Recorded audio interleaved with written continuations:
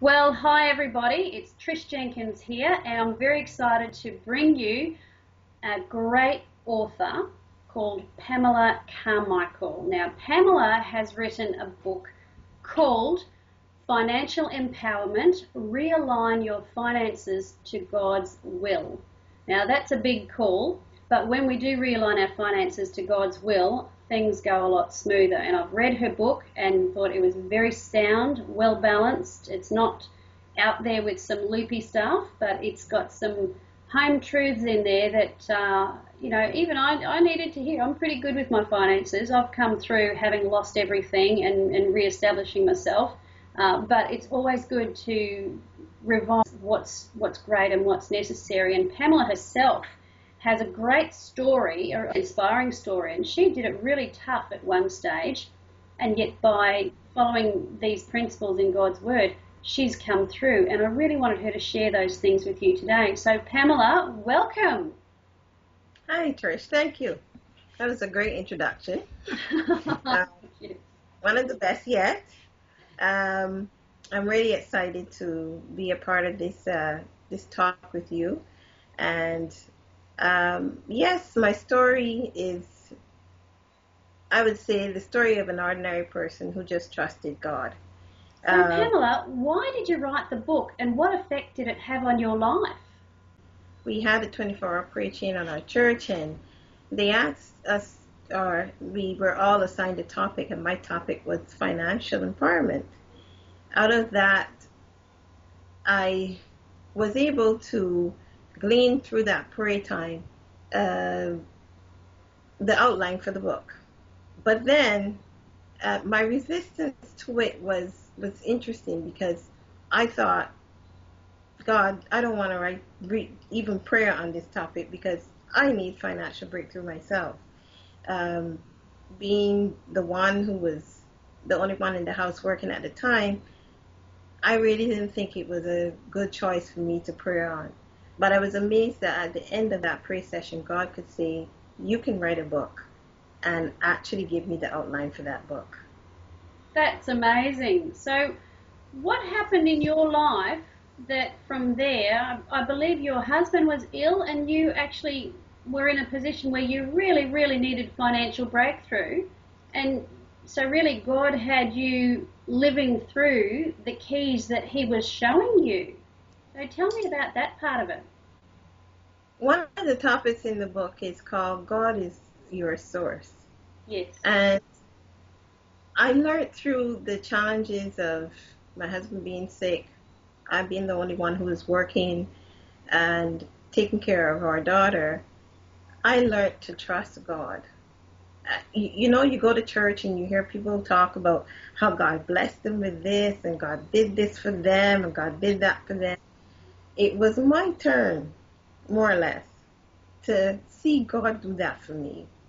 And, there were times when, there wasn't enough to pay the mortgage or whatever the case may be, but God stepped in at those really difficult times and showed up with unexpected checks and, people giving me gifts, and it was just amazing.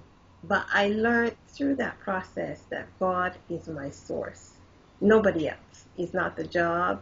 It's not somebody else's kindness per se. It is ultimately God who is the source of everything I have, and everything I need comes from Him.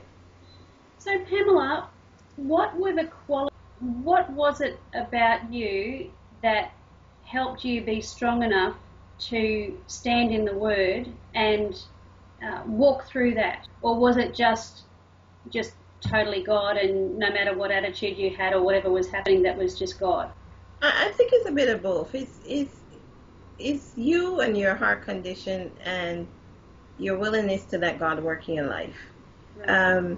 I think in the whole process of starting to write the book and studying the Word and realizing how much God is interested in our financial situation, that helped me a lot.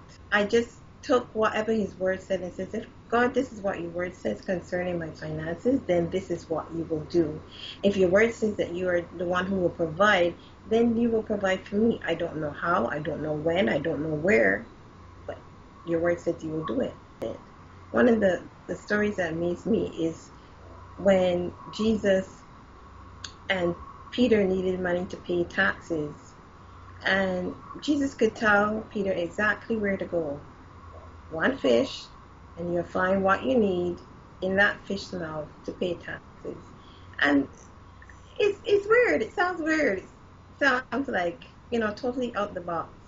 But God has a way of surprising you. He doesn't do things the same way all the time. And he doesn't use the same people all the time. He uses different situations and different people to be a blessing to me and to help me through those rough roads. No, your book is so interesting because it really uses everyday life examples of how things that you live on the other side of the world, to me, and yet the examples you used were ones that I could relate to. Tell me, what are some of the common mistakes that you see people doing with their finances, either with their spending or the way they're applying the word? What do you think might be some quick and easy keys that people can look at immediately in their own life that they can maybe make some adjustments to? We spend a lot. It's the honest truth. We're almost whimsical about spending. We just see something and we want it and we buy it.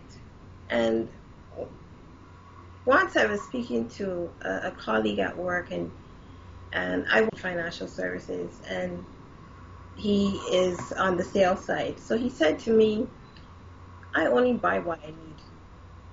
Right. That's he just, and somehow that phrase stuck with me. I only buy what I need. And sometimes we're on the other side. We buy what we want because we see it, we like it, we buy it. And a lot of times we take it home and we don't use it. Whatever it is we buy, whether it's electronics or clothing, or we go and the food is on sale and we pick up 20 cans of some soup that we probably will not eat all of. So we just buy it, and it's a discipline to go out and not buy. But that's one of the biggest problems we have. We are always spending, and everything around you entices you to spend. Yeah. I want to tie this in with something you said earlier about when you buy what you need, God can trust you with more. And so, Yeah. and I know from your book, you're not saying that you live in a totally, completely frugal life without any blessing. So talk to me about above need and God's blessing and what that means to you. Every person's need is different. Your level of what you need in your life is slightly different from what I need in my life. Right. But every person also knows when they're going overboard. Sure. You just know. I don't really need this, or this isn't really necessary. I could do without this for now, and maybe get it later if I see the need to have it later. But I think financial empowerment, sometimes, to me, the title sounds a bit outlandish, but it's not about you having it all and keeping it all for yourself and that's it. So it's about abundance for every good work. Yes. It's about you having more than enough. Your more than enough might be different to mine also. Yeah. You can see that my family and myself, we're well taken care of, and you can see that God has given you extra that you can turn around and help someone else who needs it. That's great. Now, Pamela's book, Financial Empowerment, Realign Your Finances to God's Will, it's very practical. It will not only help you to not overspend, but when you are diligent with the budget that you have, you make room for God to bless you so that you can be a blessing to other people. Now, I want to encourage you to visit Pamela's website, www.pamelavcarmichael.com, and at that web you can visit the website and learn a bit more about her and what she does and her speaking and more about her book. And there will be a link that will take you to Amazon, and you can pick up her book there. So I encourage you to buy it, either in the paperback or in the Kindle version, and read that book with, just quietly and take in what's being said. And she covers debt, she covers giving money to friends as opposed to lending money. That was a really good chapter if you're going to, and even when the Bible says you will lend and not borrow, she covers a bit about that. It's not expensive, it's a good price, and it will really be very helpful to you. So, Pamela, what would you like to see people do to get them on the track? I'd like people to realize how much your money management is connected to your relationship with God. How you perceive God also determines how you manage your money. Like I said at the beginning, I think the one thing I learned is that God is my source. Right. And I want people to realize, first and foremost, yes, God is your source. Forget everything that you think brings you money. It's God who brings you the blessings that you receive in your life. And secondly, I want you to just take some time and pause and think about, how am I managing my money? Is God pleased about it? Am I doing what He would expect me to do? Am I saving the way I should? Am I spending too much, or am I being a generous person? Do I just hoard whatever I've got? I mean, they're extremes, but there's a midpoint, and the midpoint is where God exists. And He's saying we need to manage our money the way He wants us to. So assess where you are at, because the relationship you have with Him is affected by what you're doing with the money that He blesses you with, or the resources that He blesses you with. So that's where I would encourage anybody to begin first. When you read the book, the chapter on spending, there's actually a prayer in there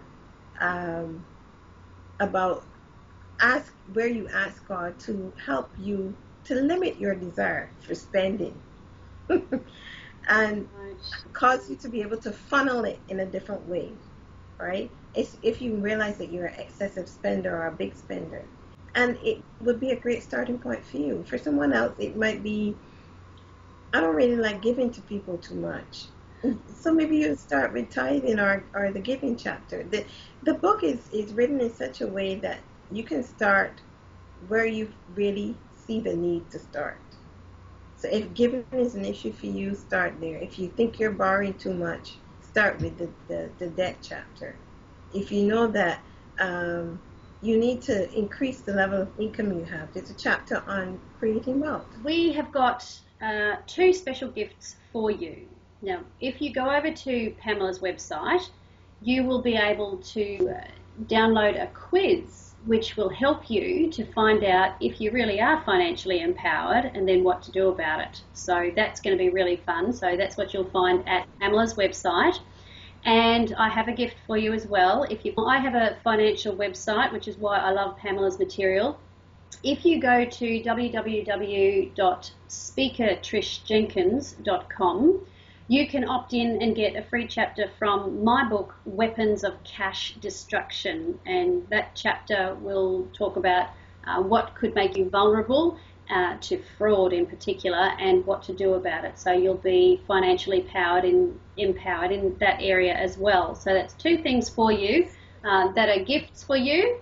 And then, of course, there is Pamela's wonderful book, which is, once again, Financial Empowerment, Realign Your Finances to God's Will.